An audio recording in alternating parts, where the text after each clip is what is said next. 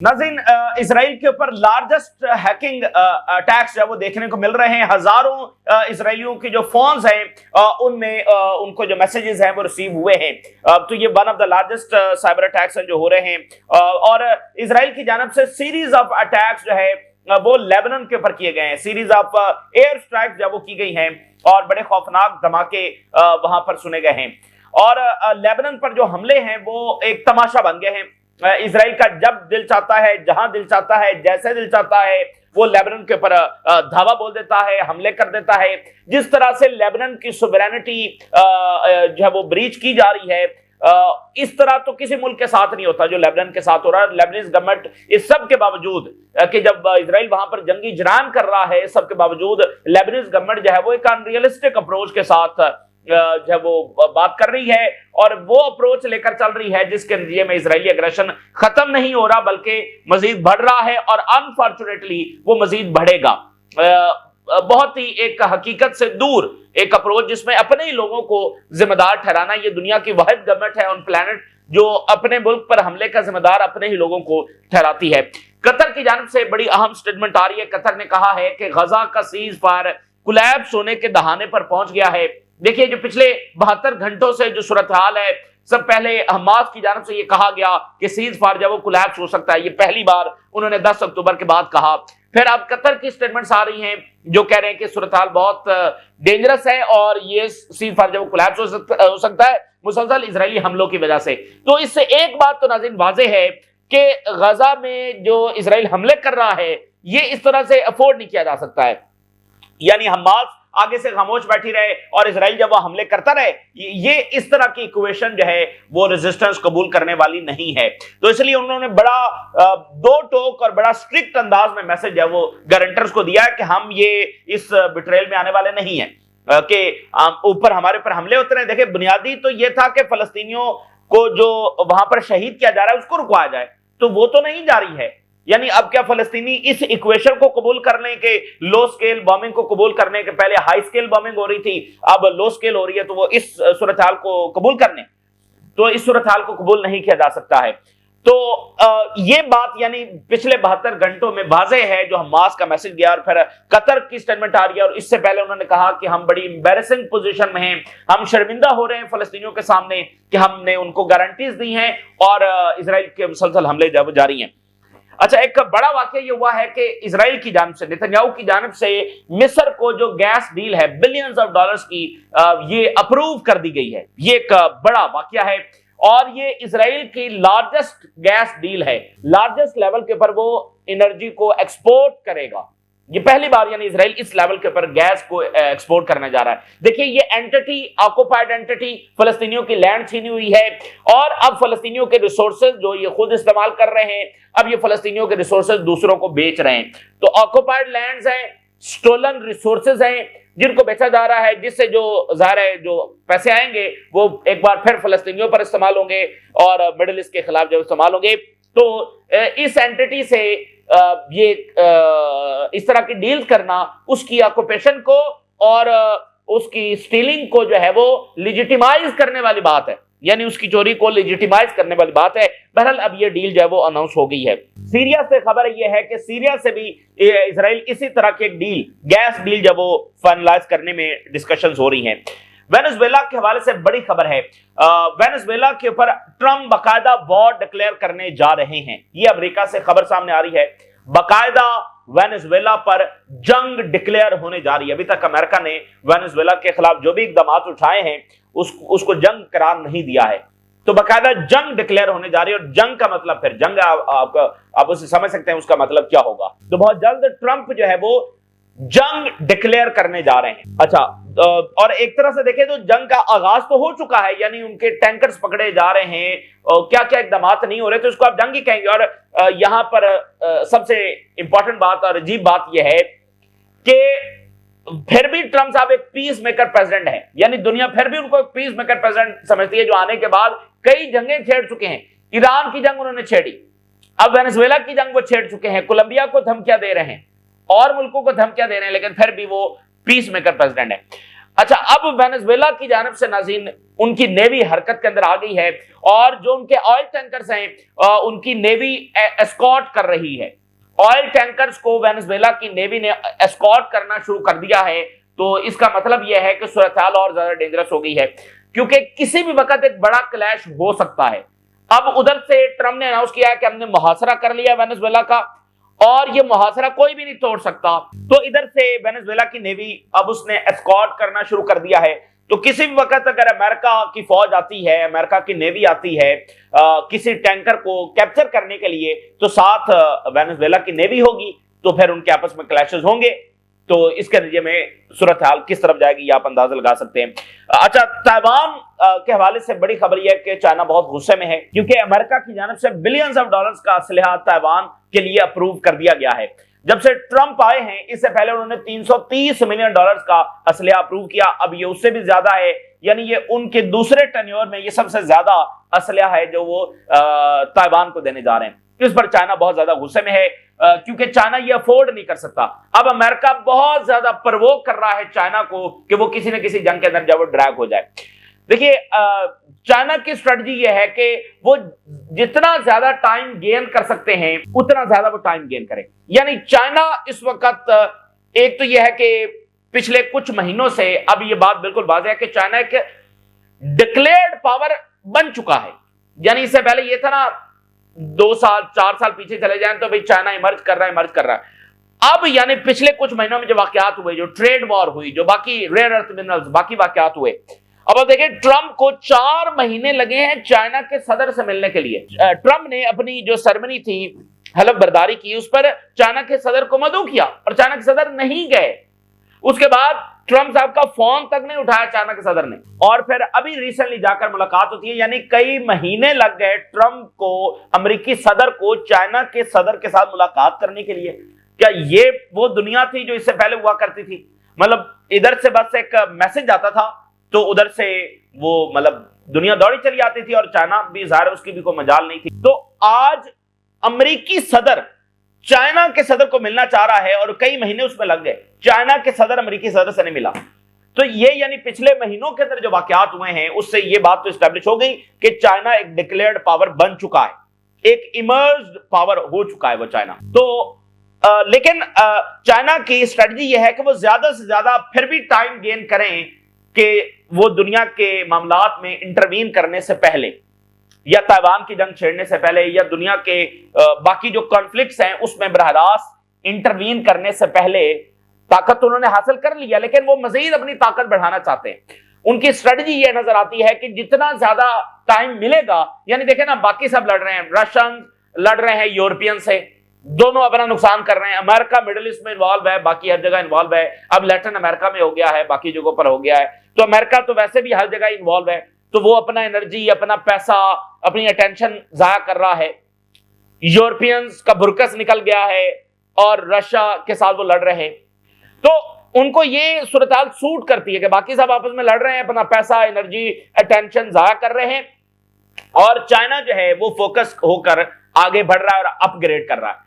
तो ये वाली जो सूरत हाल है वो अमेरिका को सूट नहीं करती है, और अमेरिका ये चाहता है कि चाइना किसी तरीके से इन्वॉल्व हो।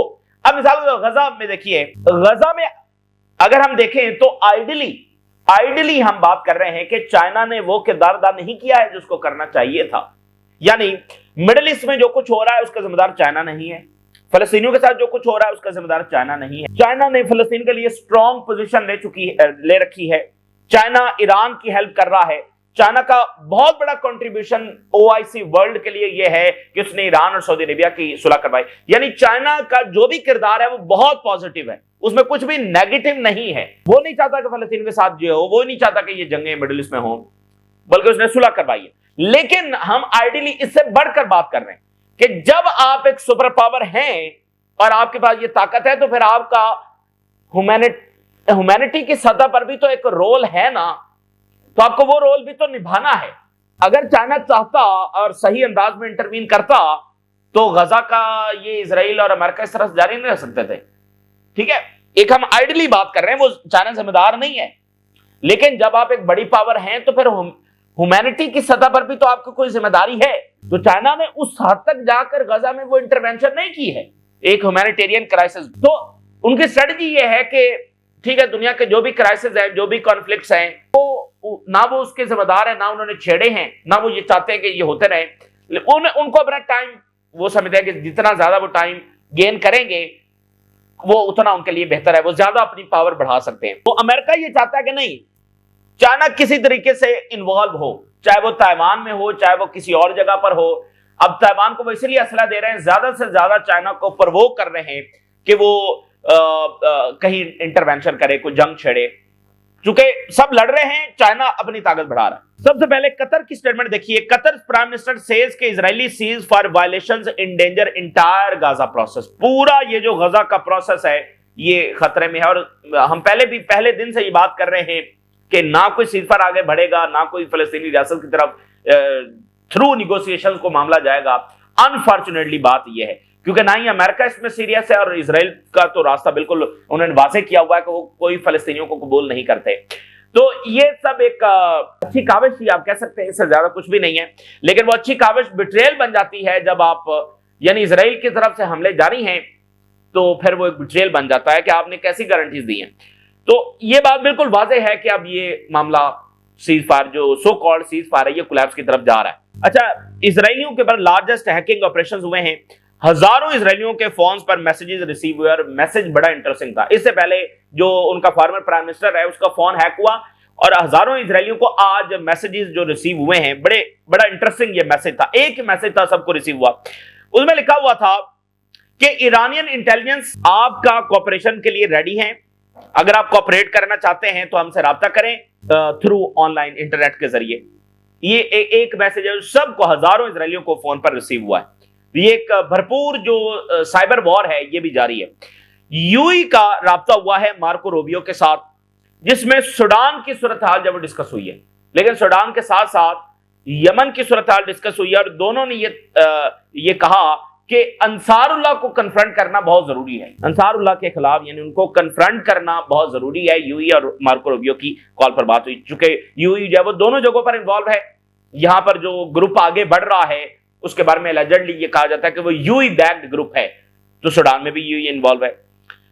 तो गैस डील मिस्र के साथ, जिसको नेतन्याहू ने ब्लॉक कर दिया था, आपको याद होगा ये गैस डील जब वो हो रही थी, नेतन्याहू ने इसको ब्लॉक कर दिया था। और फिर अभी दरमियान में ये खबर चली कि नेतन्याहू मिस्र का दौरा करने जा रहे हैं, वहां पर वो इसको अप्रूव करेंगे। और फिर सीसी ने कहा कि ये अफोर्डेबल नहीं है कि नेतन्याहू यहां पर आए, तो वो गैस डील जब अब नेतन्याहू ने अप्रूव कर दिया। अब इंटरेस्टिंग बात यह है कि नेतन्याहू ने ब्लॉक की थी ना, तो किसी वजह से ब्लॉक की थी, तो क्या चीज उसको चाहिए थी जो अब मिस्र ने दी है, तो ये गैस जब वो गैस डील अप्रूव हुई है। इजराइल अप्रूव्स $35 बिलियन, $35 बिलियन, जो पूरी 2024 में उन्होंने जंग की है उसका खर्चा जब वो $31 बिलियन है। तो यहां पर वो $35 बिलियन, और ये गैस किसकी है? फलस्तीनियों की है। लैंड फलस्तीनियों की है, रिसोर्सेज फलस्तीनियों के हैं, जिनको इजराइल इस्तेमाल कर रहा है और अब उसको बेचेगा और उससे रेवेन्यू कमाएगा और फिर अपनी वॉर मशीन के लिए इस्तेमाल करेगा। और ये पैसा फलस्तीनियों के खिलाफ इस्तेमाल होगा, और लेबनान के खिलाफ और मिडिल ईस्ट के खिलाफ और ईरान के खिलाफ। Israel approves $35 billion deal to export natural gas to Egypt. Israel approves largest ever natural gas deal with Egypt. Netanyahu ने बड़ा फखरिया अंदाज के अंदर बाकायदा एक प्रेस कॉन्फ्रेंस की और बताया कि हम कितना बड़ा ये हमने काम कर दिया है और हमारे जो सिक्योरिटी इंटरेस्ट हैं वो इससे बहुत ज्यादा उनको फायदा होगा।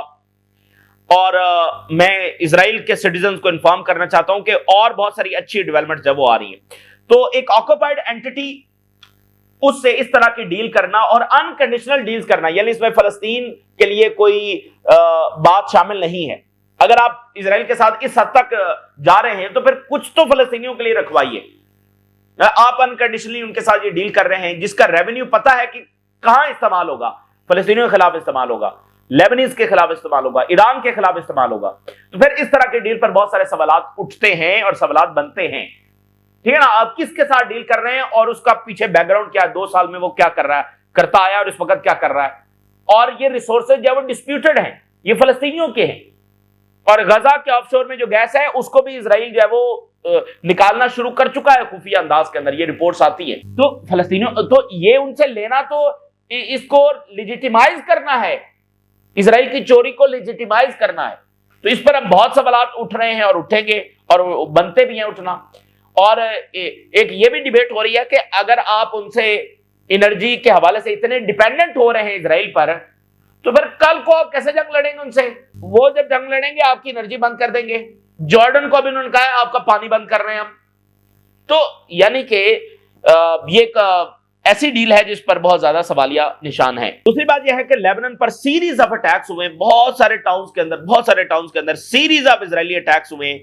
बहुत सारे नाम बता रहे हैं, जबोर में, रिहान हाइट्स के अंदर, जरमाक में, महमूदिया में, देरे सरियान, ज़ातार, तराया और हरमल माउंटेन्स के अंदर, ज़गरीन हाइट्स के अंदर, मल्टीपल टाउन्स के अंदर बड़े धमाके और इजरायली ड्रोन्स और जेट्स ने वहां पर जाकर जब वो अटैक्स किए। ये बहुत ही अफसोसनाक सूरत हाल है और खौफनाक सूरत हाल है। और लेबनान के लिए कोई वे आउट नहीं है, अनफॉर्चुनेटली कोई वे आउट नहीं है। कोई डिप्लोमेसी, कोई निगोशिएशंस काम नहीं आएंगे और आ भी नहीं रहे।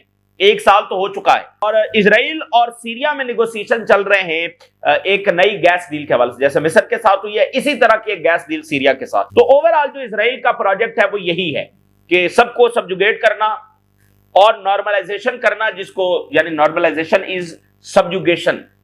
नॉर्मलाइजेशन तो बराबरी की सतह पर तो हो ही नहीं रही ना। पहले वो वहां पर जंगें लॉन्च करते हैं, मार मार कर उनकी कमर तोड़ देते हैं, फिर अपना बंदा वहां पर लेकर आते हैं और अपना ना भी लेकर आए तो रिजीम चेंज करके, यानी वो इतना उनको थका देते हैं जंगों से कि उनके पल्ले कुछ भी नहीं रहता। तो उनको नॉर्मलाइजेशन जब वो करना पड़ती है, तो ये नॉर्मलाइजेशन नहीं है, ये सबजुगेशन है। तो सीरिया के साथ डील, लेबनान के साथ इसी तरह, तो ये सारा उनका मनसूबा। और यमन के साथ और ईरान में रिजीम चेंज करके साइरस अकॉर्ड करना। तो उनका जो मिडिल ईस्ट है आज से 5 साल 10 साल बाद वाला मिडिल ईस्ट, वो ये है कि ऊपर मेडिटेरियन सी में उनका मुकम्मल गलबा हो और पूरे मिडिल ईस्ट में उनका गलबा हो। और आप देखेंगे वो टर्की में भी रिजीम चेंज करना चाहेंगे, ये वक्त साबित करेगा। वहां पर भी, चूंकि आपको पता है वहां पर एक पॉलिटिकल क्राइसिस है, जो अपोजिशन और वो गिरफ्तारियां उनकी वगैरह जेल में वो हैं, तो कल को इजराइल उसको भी एक्सप्लॉइट कर सकता है। तो कल को वो टर्की पर फोकस कर रहे होंगे कि यहां पर उर्दगान को हमने जब रिमूव करना है। तो ये सारी चीजें हैं। तो यूएस सेंट्रल कमांड कह रही है कि सीरिया में मजीद फोर्सेस डिप्लॉय हम कर सकते हैं और ये अमेरिका की और रीजन की सिक्योरिटी के लिए जरूरी है। अच्छा जी, कहते हैं दाइश का बड़ा खतरा है। जो सुवेदा का इलाका है वहां से ये खबर आ रही है कि मजीद वेपन्स वहां पर सप्लाई हो रहे हैं। तो वेनेजुएला के हवाले से बड़ी डेंजरस खबर है और खबर यह है कि Trump to declare war on Venezuela. Tucker Carlson की आज की खबर है और उसने ये कहा है कि ट्रंप वेनेजुएला पर बाकायदा जंग डिक्लेयर कर सकते हैं, यानी जिसको बाकायदा जंग कहते हैं, वो जंग वेनेजुएला पर ट्रंप डिक्लेयर कर सकते हैं। ये टकर कार्लसन की खबर है। तो जंग डिक्लेयर हो गई तो फिर जंग शुरू हो गई, काइंड ऑफ शुरू है लेकिन ऑफिशियली वो फिर उसके बाद तो फिर जंग होगी ना, मतलब हमले, काइनेटिक अटैक्स, ग्राउंड पर अटैक्स, ये सारा कुछ शुरू हो जाएगा। ट्रंप ने कहा है कि हमने मुकम्मल मुहासरा कर लिया है, ब्लॉकेड कर लिया है, वेनेजुएला का ऑयल ब्लॉकेड है और कोई इस ब्लॉकेड को तोड़ नहीं सकता। किसी को यहां से ऑयल हम सप्लाई नहीं करने देंगे। वेनेजुएला का मुहासरा हमने कर लिया है, ये ट्रंप साहब फरमा रहे हैं। कितनी बड़ी बात है, यानी और जंग को आप किसको कहेंगे? एक मुल्क का बाकायदा मुहासरा कर लिया, उनके टैंकर्स पकड़ रहे हैं। भाई आप किस लेजिटिमेसी के साथ, किस जस्टिफिकेशन के साथ वेनेजुएला पर हमलावर हैं? तो यूएस ने एक और वेसल के ऊपर अटैक किया है, 4 उसके अंदर जब मारे गए हैं। अब वेनेजुएला की नेवी हरकत में आई है और उन्होंने एस्कॉर्ट करना शुरू कर दिया अपने जहाजों को। Venezuela navy Escorts vessels in the defiance of Trump blockade threat. तो उनके ब्लॉकेड के जवाब में उन्होंने एस्कॉर्ट करना शुरू किया है। Turkish media, Venezuela navy escort ships following Trump blockade threat. और इसके जवाब में अब अमेरिका ये कह रहा है कि हम वेरियस ऑप्शंस देख रहे हैं। इधर से नेवी वेनेजुएला की आगे आ गई है, तो इधर से अमेरिका ये कह रहा है कि हम वेरियस एक्शंस को देख रहे हैं कि कैसे अब क्या करना है। Venezuela navy escort oil vessels after US blockade threat, New York time. तो यानी अब देखना कि नेवी होगी साथ, तो जो कैप्चर करने के लिए आएंगे तो क्लैशेस तो होने ही होने हैं। नेवी जा किस लिए रही है? तो कोई भी एक वाकया हुआ तो उसके बाद फिर सूरत-ए-हाल कहां शूट कर जाएगी, कितनी एस्केलेशन हो जाएगी। तो इसलिए मामला ज्यादा संगीन सूरत-ए-हाल में दाखिल हो गया। और प्रेसिडेंट मडूरो ने कहा है एट ऑल कॉस्ट जो है वो हमारी जो एक्सपोर्ट है वो जारी रहेगी वेनेजुएला के लिए, यानी उनकी सारी इकोनॉमी इसी ऑयल के ऊपर चल रही है। तो ये ब्लॉकेड किया ही इसलिए गया है कि वेनेजुएला को बिल्कुल जो है वो कोलैप्स कर दिया जाए। तो वेनेजुएला ने सिक्योरिटी काउंसिल का हंगामी इजलास बुलाने की बात की है प्रेसिडेंट मडूरो ने कहा कि अमेरिका वेनेजुएला को कंट्रोल करना चाहता है थ्रू पपेट गवर्नमेंट, ताकि इसके सारे रिसोर्सेज वो लूटे जा सकें। वॉल स्ट्रीट जर्नल ये कह रहा है कि वेनेजुएला की जो $8 बिलियन की ब्लैक मार्केट है for oil is suddenly closing down. तो ये अमेरिकन मीडिया की खबर है, इसको ज्यादा अब इस वक्त सीरियस नहीं लिया जा सकता। अब ये दोनों तरफ से है ना, कि वो कह रहे हैं कि इनका ब्लॉकेड हो गया है, ये बिल्कुल अब इनका ऑयल वो सप्लाई रुक गई है और सारा कुछ बस ये पैरालाइज हो गया है। क्योंकि इंफॉर्मेशन वॉर भी जारी है, तो वेनेजुएला के हवाले से उनकी खबर को ज्यादा ट्रस्ट नहीं किया जा सकता। तो बहरहाल वो ये कह रहे हैं कि $8 बिलियन की मार्केट जो है वो क्लोज डाउन कर रही है वेनेजुएला की। $11.1 बिलियन ये डील है जो अप्रूव की गई है। ये बहुत बड़ी एस्केलेशन है। $11 बिलियन की डील, यानी ये तो बकायदा चाइना को जंग में ड्रैग करने वाली बात। ये अब तक की सबसे बड़ी डील है, और ये सिर्फ ट्रंप की नहीं, उससे पहले भी सबसे बड़ी डील है जो ताइवान के साथ साइन हुई है। मतलब देखें, चाइना इंतजार करता रहेगा कि ताइवान असला लेता रहे। मेरा ख्याल है ये जो डील हुई है, इसके बाद आप कुछ भी एक्सपेक्ट कर सकते हैं। ये लार्जेस्ट प्रोवोकेशन है जो चाइना को की गई है। So Beijing condemns $11.1 billion US arms deal with Taiwan. Beijing ने कंडेम किया है। इस डील के अंदर हिमारस लॉन्चर्स हैं, ड्रोन्स हैं, एंटी टैंक मिसाइल्स हैं, एडवांस डिफेंस सिस्टम्स हैं, calling it a violation of the China's principle. ये डील जो है वो सीरियसली अंडरमाइन कर रही है चाइना की सुवरेनिटी और सिक्योरिटी को। मेरा ख्याल है कि इस डील के बाद बहुत ज्यादा एस्केलेशन हम पैसिफिक में देखने जा रहे हैं। इतनी बड़ा असला वो देने जा रहे हैं, तो चाइना अफोर्ड नहीं कर सकता कि ताइवान उधर से ताकतवर होता रहे। इसके बाद तो फिर $10 बिलियन की वो और देंगे, फिर $10 बिलियन और देंगे। तो चाइना को वो ड्रैग कर रहे हैं एक जंग के अंदर, जैसे उन्होंने रशिया को ड्रैग किया। तो ये बड़ी खौफनाक आज की सूरत हाल है। ये ताजा तरीन सूरत हाल जो आपके साथ शेयर किया हमने। राज दुर्गा करें इजाजत, अल्लाह हाफिज।